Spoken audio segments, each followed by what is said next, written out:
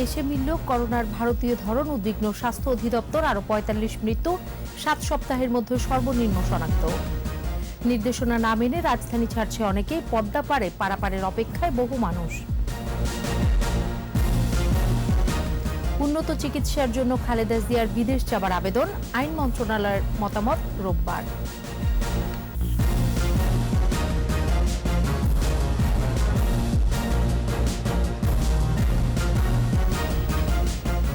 শুনছিলেন first security ইসলামী bank limited সংবাদ শিরোনাম। আমন্ত্রণ রাতের ২১ সংবাদে, আপনাদের সাথে আছি আমি সোনিয়া স্নিগ্ধা।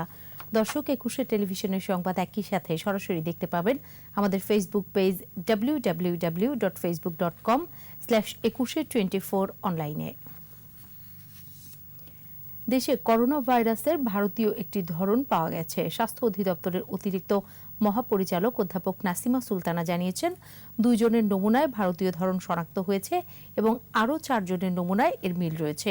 এদিকে গত ২৪ ঘণ্টায় নতুন করে শনাক্ত হয়েছে ১,২৮৫ জন। সংক্রমণের এই সংখ্যাটি ৭ সপ্তাহের মধ্যে সর্বনিম্ন। প্রণব চক্রবর্তী রিপোর্ট। করোনার নতুন ধরনে ক্ষতবিক্ষত ভারত। দেশটিতে ছড়িয়ে পড়া ডাবল মিউট্যানেন্ট ভাইরাস যাতে ছড়িয়ে না পড়ে সেজন্য সীমান্ত বন্ধ করা হয়। তারপরও বাংলাদেশে মিলল B1.617.2 ধরনটি। ব্রিফিংয়ে স্বাস্থ্য অধিদপ্তর জানায়, এরই মধ্যে ২ জন শনাক্ত হয়েছে যাদের শরীরে পাওয়া গেছে করোনার ভারতীয় নতুন এ ধরন। আইডিসিআর এবং যশোর বিজ্ঞান ও প্রযুক্তি বিশ্ববিদ্যালয় ৮টি নমুনা একই ব্যক্তিদের কাছ থেকে সংগ্রহ করেছে এবং তারা এই নমুনা পরীক্ষা করে একই রকমই ফলাফল পেয়েছে। কাজে হোল জেনম সিকোয়েন্সিং শেষ না হলে একদম ডাবল ভ্যারিয়েন্ট বা ট্রিপল ভ্যারিয়েন্ট, এগুলো তো হোল জেনম সিকোয়েন্সিং না হলে এটা বলা যাবে না। যশোরে প্রাতিষ্ঠানিক কোয়ারেন্টাইনে থাকা ২ জনের শরীরে ভারতীয় ভেরিয়েন্টের অস্তিত্ব পাওয়া গেছে। বিজ্ঞান ও প্রযুক্তি বিশ্ববিদ্যালয়ের জেনোম সেন্টারের পরীক্ষা শেষে এ তথ্য নিশ্চিত হয়। তাদেরকে আলাদা আইসোলেট করে রাখা উচিত ১ নাম্বার, এবং তারা কোথায় কোথায় কার সাথে দেখা করছে ভারত থেকে বাংলাদেশে ঢোকার পরে সেই কন্টাক্ট ট্রেসিংটা ইমিডিয়েটলি করা উচিত, এবং শুধু কন্টাক্টের মধ্যে যারা আছে সবাইকে নিয়ে আসা উচিত, কোয়ারেন্টাইনে নিয়ে আসা উচিত এবং টেস্ট করা উচিত। এদিকে ২৪ ঘন্টায় করোনায় মারা গেছে আরও ৪৫ জন। এ নিয়ে মোট মৃত্যু ১১,৮৭৮। ১৪,৭০৩ জনের নমুনা পরীক্ষায় নতুন শনাক্ত হয়েছে ১,২৮৫। এ নিয়ে মোট শনাক্ত ৭,৭২,১২৭। নতুন করে সুস্থ হয়েছেন ২,৪৯২ জন। এ পর্যন্ত সুস্থ হয়েছেন ৭,০৬,৮৩৩ জন। দৈনিক সংক্রমণ হার কমছে। এই হার এখন ৮.৭৪ আর সুস্থতার হার ৯১.৫৪। আক্রান্ত মৃত্যু তালিকার শীর্ষে ঢাকা, তারপরেই রয়েছে চট্টগ্রাম। মৃতদের মধ্যে পুরুষ ২৬ আর নারী ১৯ জন। প্রণব চক্রবর্তী, ২১ টেলিভিশন, ঢাকা। করোনা সংক্রমণ ঠেকাতে ভারতের সঙ্গে স্থল সীমান্ত বন্ধের মেয়াদ আরও ১৪ দিন বাড়িয়েছে সরকার। পররাষ্ট্র সচিব মাসুদ বিন মোমেনের সভাপতিত্বে ভার্চুয়াল বৈঠকে এই সিদ্ধান্ত নেওয়া হয়। ভারতে করোনার প্রকোপ বেড়ে যাওয়ায় গেল ২৬ এপ্রিল থেকে ৯ মে পর্যন্ত সব স্থল সীমান্ত বন্ধ ঘোষণা করে সরকার। পরিস্থিতি এখনও স্বাভাবিক না হওয়ায় সীমান্ত বন্ধের মেয়াদ আরও ১৪ দিন বাড়ানোর সিদ্ধান্ত নেওয়া হয়। তবে ভারতে চিকিৎসার জন্য অবস্থান করা যেসব বাংলাদেশি নাগরিকদের ভিসার মেয়াদ শেষ হয়ে যাচ্ছে, তারা বিশেষ অনুমতি নিয়ে ফিরতে পারবেন। এর জন্য প্রবেশের ৭২ ঘণ্টা আগে করোনা নেগেটিভ পরীক্ষার কাগজপত্র দেখাতে হবে। সরকারের বিধিনিষেধ উপেক্ষা করে রাজধানী ছাড়ছে মানুষ। সড়কে ব্যক্তিগত গাড়ির ব্যাপক চাপ। স্বাস্থ্যবিধি না মেনে গাদাগাদি করে মাইক্রোবাসে ঢাকা ছাড়ছেন অনেকে। অভিযোগ আছে, মাইক্রোবাসে ২-৩ গুণ বেশি ভাড়া আদায় করা হচ্ছে। এদিকে দূরপাল্লার বাস চালু এবং পরিবহন খাতে প্রণোদনা সহ ৫ দফা দাবি জানিয়েছে সড়ক পরিবহন ফেডারেশন। বিস্তারিত সাইদুল ইসলামের রিপোর্টে। করোনা মহামারী রোধে চলছে লকডাউন। এমন বিধিনিষেধের মধ্যেই ঈদ যাত্রায় রাজধানীবাসী। আন্তজেলা বাস বন্ধ, তারপরও মানুষ ছুটছে আপন গন্তব্যে। টার্মিনালগুলো বন্ধ, একটি সিন্ডিকেট টার্মিনাল ব্যবহার করছে মাইক্রোবাস স্ট্যান্ড হিসেবে। নির্ধারিত ভাড়ার চেয়ে বেশি ভাড়া নেয়ার অভিযোগ এই সিন্ডিকেটের বিরুদ্ধে। সিন্ডিকেটের মানুষ আছে, ওখান থেকে ওরা বলতেছে এরকম করে যাইতে হবে, 1000 টাকা করে যাইতে হবে একজনে। মিলেশন জি 1200 টাকা নিয়েছে। ফেনী যাচ্ছে 1000 টাকা নিয়ে গেছে। 40 টাকা না খাইলে গাড়ি চলতে থাকে ঠিক মতন। ওই যে মাইকও লাগাইছি, কাগজ দাও, কাগজটা লয়ে যায়, কাগজটা নিয়েই করে কি গাড়ি ছাড়ার টাইমে 500 টাকা দিয়ে লয়ে যায়, কাগজটা লয়ে। এদিকে মাইক্রোবাসগুলোতে স্বাস্থ্যবিধি মানা হচ্ছে না, ঝুঁকি নিয়েই মাইক্রোবাসে যাচ্ছেন অনেকে। বা বোন জামারা সবাই আমার আশায় রয়েছে, এই জন্য আমি যাইতেছি। এখন বলতে পারতেছি না, এখন দাঁড়িয়ে আছি দেখার জন্য আর কি, মানে কোথায় কিভাবে যাব। না হলে ওই গাড়ি নিয়ে ডাইরেক্ট চলে যাবো। মোটরসাইকেলেও ঢাকা ছাড়ছেন অনেকে। পুলিশের সামনেই চলছে এসব যানবাহনের বিরুদ্ধে মামলা করা হচ্ছে বলে জানান পুলিশের এই কর্মকর্তা। আর টাকাটা কে নিচ্ছে, কি হচ্ছে, এই ধরনের কোনো ঘটনার সাথে আমরা এখন পর্যন্ত কারো সম্পৃক্ততা দেখি নাই। আর এই ধরনের ঘটনা যদি কেউ করে সেটা আমরা খতিয়ে দেখব। এদিকে দূরপাল্লার বাস চলাচল সহ নানা দাবিতে সংবাদ সম্মেলন করেছেন সড়ক পরিবহন ফেডারেশন।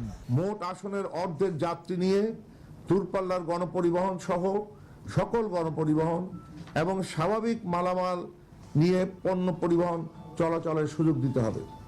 2 ক লকডাউনের কারণে কর্মহীন সড়ক পরিবহন শ্রমিকদের আসন্ন ঈদের পূর্বে আর্থিক অনুদান ও খাদ্য সহায়তা প্রদান করতে হবে। করোনা সংক্রমণ রোধ ও স্বাস্থ্য ঝুঁকি কমাতে আইন শৃঙ্খলা বাহিনীকে আরও সতর্ক থাকার আহ্বান সংশ্লিষ্টদের। সাইদুল ইসলাম, 21 টেলিভিশন, ঢাকা। পাটুরিয়া, দৌলতদিয়া ও শিমুলিয়া বাংলা বাজার রুটে দিনে ফেরি চলাচল বন্ধ, তবে পণ্যবাহী পরিবহন পারাপারের জন্য শুধু রাতে ফেরি চলবে বলে জানিয়েছে ঘাট কর্তৃপক্ষ। এদিকে ফেরি বন্ধের এই সিদ্ধান্ত আগে না জানায় ভোর থেকে ঘাটগুলোতে ঈদযাত্রীদের চাপ বাড়ে, সৃষ্টি হয় ব্যক্তিগত যানবাহনের দীর্ঘ সারি। প্রতিনিধিদের সহায়তায় রত্না জামানের রিপোর্ট। ফেরি চলাচল বন্ধ ঘোষণার পরও ভোর থেকে মুন্সিগঞ্জের শিমুলিয়া ঘাটে নানা ধরনের যানবাহনে আসতে থাকে মানুষ। পুলিশের কঠোর অবস্থানের কারণে শিমুলিয়া ঘাটের প্রবেশ মুখ থেকেই ফিরতে হচ্ছে তাদের। যাত্রীরা জানান, মাঝরাতের এই ঘোষণা তাদের অনেকেই জানেন না। কালকে অবধি গাড়ি চলাচল মোটামুটি স্বাভাবিক ছিল, আজকে দ্বিগুণ ভাড়া দিয়েও হয়তো আসছি। সকাল থেকে বাংলা বাজার পাড়ে যাত্রী ও যানবাহনের চাপ বৃদ্ধি পেয়েছে। দক্ষিণাঞ্চলের জেলাগুলো থেকে রোগী নিয়ে বাংলা বাজার ঘাটে অ্যাম্বুলেন্সগুলোকে দেখা গেছে ঘন্টার পর ঘন্টা অপেক্ষা করতে। এখন যদি আমাদের এইভাবে আটকে রাখে তো আমাদের রোগী মারা যাইবে। ক্যান্সারের রোগী আমার একজন সলিমুল্লাহ মেডিকেলে কেবলই তো হবে, আমি পারাবার হতে পারতেছি না। অ্যাজমার রোগী ম্যাক্সিমাম টাইম অক্সিজেন দিয়ে রাখা লাগে। আমাদের আর্লি ফেরি চালু করা দরকার। সেলাই কাটতে হবে, আরও কিছু ড্রেসিং করতে হবে। এখন তো ইমার্জেন্সি ঢাকা যাওয়া লাগবে, বাট এখন তো কোনো কিছু করার নেই, সব বন্ধ করে দিচ্ছে, যাবো কিভাবে? এদিকে ভোর থেকে পাটুরিয়া, দৌলতদিয়া ঘাটে এসে বিপাকে পড়েছে হাজার হাজার যাত্রী। ঘাটে গাড়ির দীর্ঘ সারি, ভোগান্তির শিকার আটকে থাকা চালক ও যাত্রীরা। ইমার্জেন্সি যে সার্ভিসগুলো এগুলো তো অন্তত চালু থাকবে। এই যে ফেরি বন্ধ করে ফেলছে, এই রোদের মধ্যে মানুষগুলো কষ্ট করছে, প্রজ্ঞাপন তো আগে থেকে দেওয়া উচিত ছিল। বিআইডব্লিউটিসি জানায়, সরকারের নির্দেশে ফেরি বন্ধ রয়েছে। কেবলমাত্র অসুস্থ ও মরদেহবাহী অ্যাম্বুলেন্স পারাপারের জন্য ফেরি চলতে পারে, আর কোনো যানবাহন পারাপার হবে না বলে জানায় ঘাট কর্তৃপক্ষ। প্রধানমন্ত্রী বলেছেন যে যেখানে আসেন সেখানেই ঈদ করবেন, এই আলোকে আমরা এখন আজকে ফেরি বন্ধ রেখেছি। আগে থেকে বন্ধ ছিল লঞ্চ সার্ভিস। পুলিশের নজরদারি বাড়ায় ইঞ্জিন চালিত নৌকাও চলাচল করতে পারছে না। করোনা সংক্রমণের বিস্তার রোধে এমন কড়াকড়ি বলে জানিয়েছে প্রশাসন। রত্না জামান, 21 টেলিভিশন। বিদেশে চিকিৎসার বিষয়ে বিএনপি চেয়ারপারসন বেগম খালেদা জিয়ার আবেদনের বিষয়ে রোববার স্বরাষ্ট্র মন্ত্রণালয়কে মতামত জানাবে আইন মন্ত্রণালয়। গণমাধ্যমকে এই তথ্য জানান আইনমন্ত্রী আনিসুল হক। বুধবার রাতে খালেদা জিয়ার উন্নত চিকিৎসার জন্য তাকে বিদেশে নিয়ে যেতে তার ভাইয়ের আবেদনটি স্বরাষ্ট্র মন্ত্রণালয় থেকে আইন ও বিচার বিভাগের সচিবের কাছে আসে। এ সময় আইনমন্ত্রী জানিয়েছিলেন, যত দ্রুত সম্ভব সরকার সিদ্ধান্ত জানিয়ে দেবে। এর মধ্যে পাসপোর্ট নবায়নের জন্য বৃহস্পতিবার আবেদন করেছেন খালেদা জিয়া। সরকার বিদেশ নেওয়ার অনুমতি দিলে খালেদা জিয়ার জন্য গঠিত মেডিকেল বোর্ড পরবর্তী সিদ্ধান্ত জানাবে।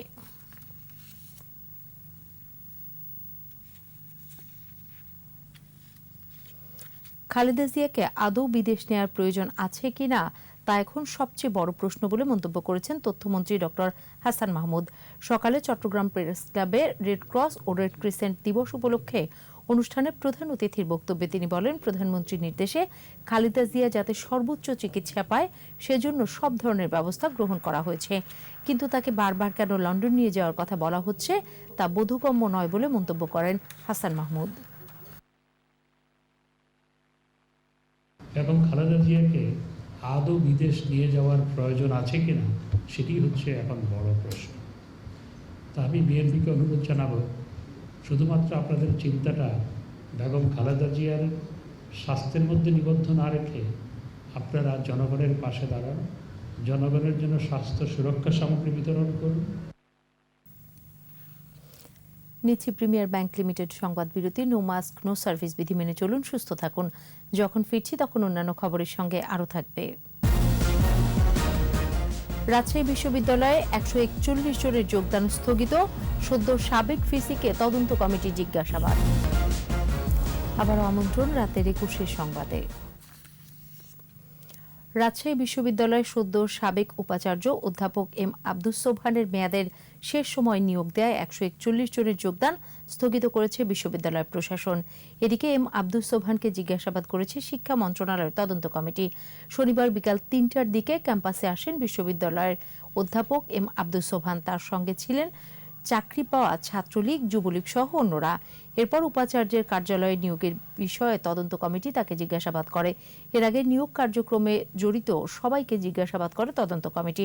দুর্নীতি বিরোধী শিক্ষক সমাজ ও বিভিন্ন বিভাগের সভাপতিদের কাছ থেকে নিয়োগের বিষয়ে তথ্য সংগ্রহ করা হয়। গেল বৃহস্পতিবার শেষ কার্যদিবসে উপাচার্য অধ্যাপক এম আব্দুস সোবহান 141 জনকে নিয়োগ দেন। ওই দিনই শিক্ষা মন্ত্রণালয়ের তদন্ত কমিটি গঠন করে। পরে তদন্ত কমিটির আহ্বায়ক ও ইউজিসির সদস্য অধ্যাপক ডক্টর মোহাম্মদ আলমগীর জানান, সুষ্ঠু তদন্ত শেষে পক্ষপাতহীন প্রতিবেদন দেওয়া হবে। মন্ত্রণালয় যেই কথা বলেছে সেই অনুযায়ী আমরা এর সাথে সংশ্লিষ্ট যারা রয়েছে সবার সাথে আমরা কথা বলেছি। আমরা সকল তথ্য উপাত্ত সংগ্রহ করেছি, কাগজপত্র আমরা দেখেছি। আমরা বিষয়গুলো বিশ্লেষণ করব, অ্যানালাইসিস করে আমাদের প্রতিবেদন আমরা শিক্ষা মন্ত্রণালয়ে জমা দেব। জিয়াউর রহমান অবৈধভাবে রাষ্ট্রপতি হয়ে ঐতিহাসিক সোহরাওয়ার্দী উদ্যানের অধিকাংশ জায়গা জুড়ে শিশু পার্ক করেছিল। তখন পরিবেশবাদীরা প্রশ্ন তোলেননি বলে উল্লেখ করেন আওয়ামী লীগের সাধারণ সম্পাদক ওবায়দুল কাদের। প্রধানমন্ত্রী এ বিষয়ে বাস্তবসম্মত উদ্যোগ নেবেন বলে জানান আওয়ামী লীগ সাধারণ সম্পাদক। অযথা উদ্বিগ্ন না হওয়ার জন্য সকলের প্রতি আহ্বান জানান তিনি। বিস্তারিত জানাচ্ছেন আকবর হোসেন সুমন। মহান মুক্তিযুদ্ধে পাকিস্তানিদের আত্মসমর্পণ কিংবা বঙ্গবন্ধুর 7ই মার্চের ভাষণ ঐতিহাসিক তাৎপর্য দিয়েছে তৎকালীন রেসকোর্স, বর্তমান সোহরাওয়ার্দী উদ্যানকে। রাস্তা প্রশস্ত করার পাশাপাশি রেস্তোরাঁ গড়ে তুলতে সম্প্রতি উদ্যানের গাছ কাটার উদ্যোগ নেয় কর্তৃপক্ষ। এতে উদ্বেগ প্রকাশ করেন পরিবেশবাদীরা। তাদের উদ্বেগের জবাব দিয়েছেন আওয়ামী লীগ সাধারণ সম্পাদক ওবায়দুল কাদের। 7ই মার্চের ভাষণের স্থান ও পাকিস্তানি হানাদার বাহিনী সারেন্ডার করার স্মৃতি মুছে ফেলার জন্য জিয়াউর রহমান অবৈধভাবে রাষ্ট্রপতি হয়ে এই উদ্যানের অধিকাংশ জায়গা জুড়ে শিশু পার্ক করেছিলেন। পরিবেশবাদীরা এখন প্রশ্ন তোলেন, তখন এ ব্যাপারে প্রশ্ন তোলেন নাই কেন? সোহরাওয়ার্দী উদ্যানের ঐতিহাসিক গুরুত্ব ও স্মৃতি অক্ষয় রেখে যে প্রকল্প নেওয়া হয়েছে তাতে বিরোধিতার কিছু নেই বলে জানিয়েছেন আওয়ামী লীগের প্রেসিডিয়াম সদস্য জাহাঙ্গীর কবির নানক। একদল মানুষ রয়েছে যারা শুধু সমালোচনা করেন, তাদেরকে দেখিনি। আমরাও বিরোধী দলে ছিলাম। আমরা আমাদের জন্মলগ্ন থেকে ক্ষমতাকে নিয়ে আমরা জন্মগ্রহণ করি নাই। শিশু পার্ক তৈরির সময় বুদ্ধিজীবীদের নীরব ভূমিকারও সমালোচনা করেন আওয়ামী লীগ নেতারা। গঠনমূলক রাজনৈতিক কর্মকাণ্ডের মধ্যে দিয়েই করা সম্ভব। আকবর হোসেন সুমন, 21 টেলিভিশন, ঢাকা। রাজধানীর সোহরাওয়ার্দী উদ্যানে গাছ কাটা ও রেস্টুরেন্ট স্থাপনের বিরুদ্ধে দ্রুতই আইনি পদক্ষেপ নেওয়া হচ্ছে বলে জানিয়েছেন পরিবেশবাদী ও আইনজীবীরা। সোহরাওয়ার্দী উদ্যানের মূল বৈশিষ্ট্য সংরক্ষণ না করে কোনো স্থাপনা নির্মাণ করা যাবে না বলে জানান তারা। সেই সাথে কাটা এক একটি গাছের বিপরীতে 3টি করে গাছ লাগানোর পক্ষে মত দেন তারা। বিস্তারিত জানাচ্ছেন শাকের আরজু।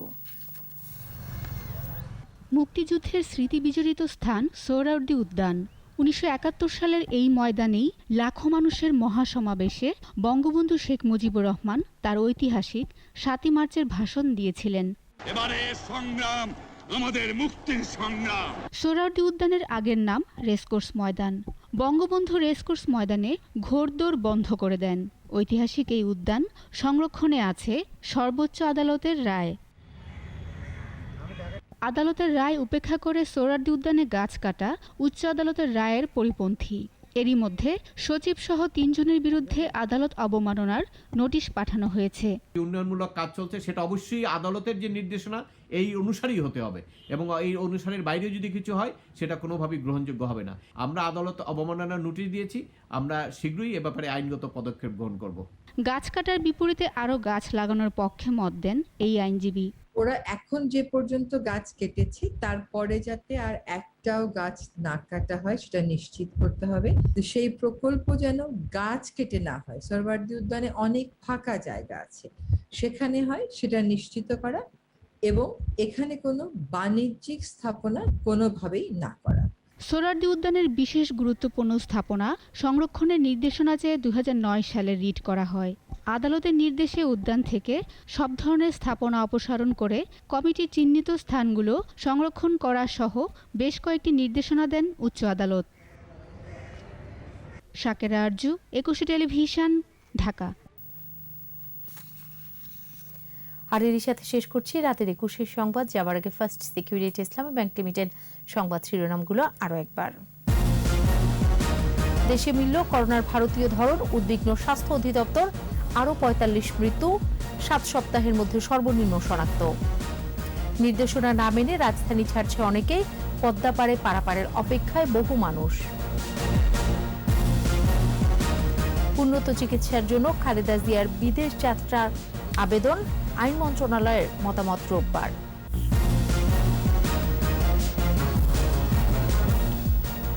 সর্বশেষ খবর জানতে ডায়াল করুন 2021 নম্বরে, আর ভিজিট করুন 21-tv.com ওয়েবসাইটে। এছাড়া ফেসবুকে লগ অন করতে পারেন facebook.com/2124 অনলাইনে। 21-এর খবর দেখুন, 21-এর সাথে থাকুন, স্বাস্থ্যবিধি মেনে চলুন, সুস্থ থাকুন।